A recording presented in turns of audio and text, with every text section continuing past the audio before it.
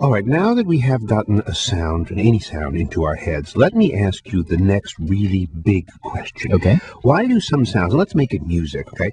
Why does music make so many of us so often feel so strongly? Yeah, like in terms of what we were just listening to, like how does all that electricity from the ear going up to the brain in the next millisecond become a feeling? Yeah. Well, let me introduce you to someone. Mark Jutremo. Actually, we heard from him earlier. He's a neuroscientist. I'm in the Department of Neurology at Harvard Medical School. And Mark can at least begin to answer this question, this feeling question. He's done something really interesting. He's able to listen to the electricity as it pulls in the ear and shoots up this big fat nerve to the brain. It's kind of a popping sound. He can actually listen to that nerve, to the electricity.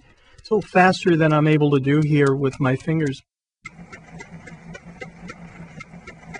Is that the sound? That's what it sounds like. So you How hear do they get this sound? I actually have no idea.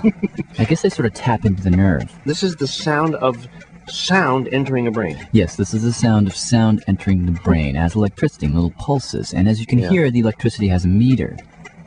What Mark has discovered is that when the electricity entering your brain is even and regular... Is this regular? This is regular.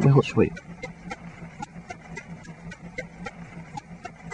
Yeah, that's regular. Right. When the meter of the electricity is regular and rhythmic, it will arrive in our mind and be heard by us as a sound that we generally like. Like this. Nice sound. That, in music, is known as a perfect fifth. The input's coming from a perfect fifth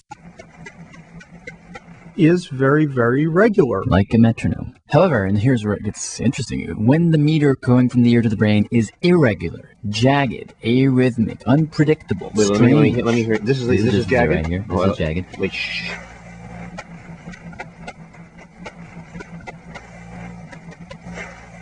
Oh, yeah, it is jagged. Yeah, and what Mark has discovered is that when electrical impulses like that travel from the ear to the brain, they will become heard by us, by our mind, as a sound that we generally don't like. Like that. Don't care for that one. That's a minor second. The input's coming from a minor second is very, very chaotic. Okay, so let me just sum up here what I think you're saying. If a sound entering my brain is disorderly and unexpected, Electrically speaking, then that would make me feel uncomfortable. Yeah. And if it comes in a familiar and orderly way, that will make me feel comfortable. There does seem to be a relationship between the kind of electricity a sound produces and how we feel about that sound. Do they have like fancy names for this? Well, that's a minor second. That thing you just heard. But do the scientists have names for pleasant and unpleasant? Consonant is pleasant. Dissonant is unpleasant. That's not a science name. That's a music name. Oh, okay. And these are fixed positions in your ear. Well, maybe fixed for scientists, but, maybe, let me just propose this to you, that what people find pleasing and what people find painful is malleable.